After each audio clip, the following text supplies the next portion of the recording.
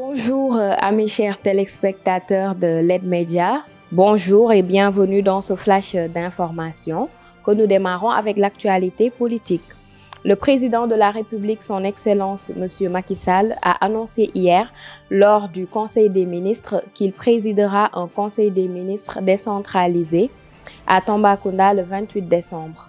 Le 29 décembre, à la cérémonie marquant la journée nationale de l'élevage, et clôture son discours en invitant le Premier ministre à préparer un document d'orientation et à présider un conseil interministériel de développement pour évaluer les engagements du gouvernement depuis 2013.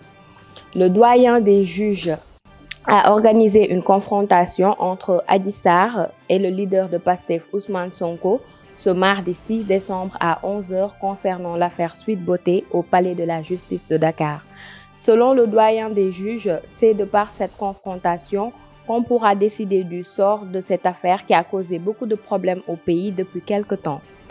Poursuivons avec la mort du sergent Fulbert Sambou.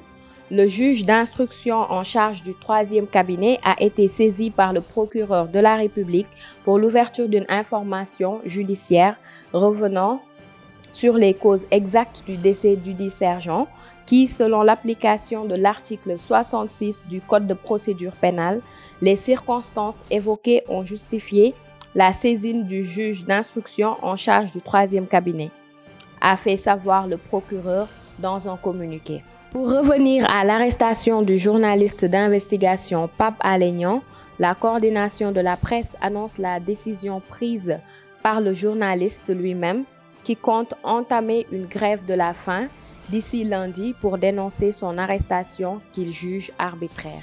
La CAP, de sa part, décide de passer à une vitesse supérieure pour exiger sa libération et aussi vise à boycotter les rencontres du gouvernement. Actualité sportive.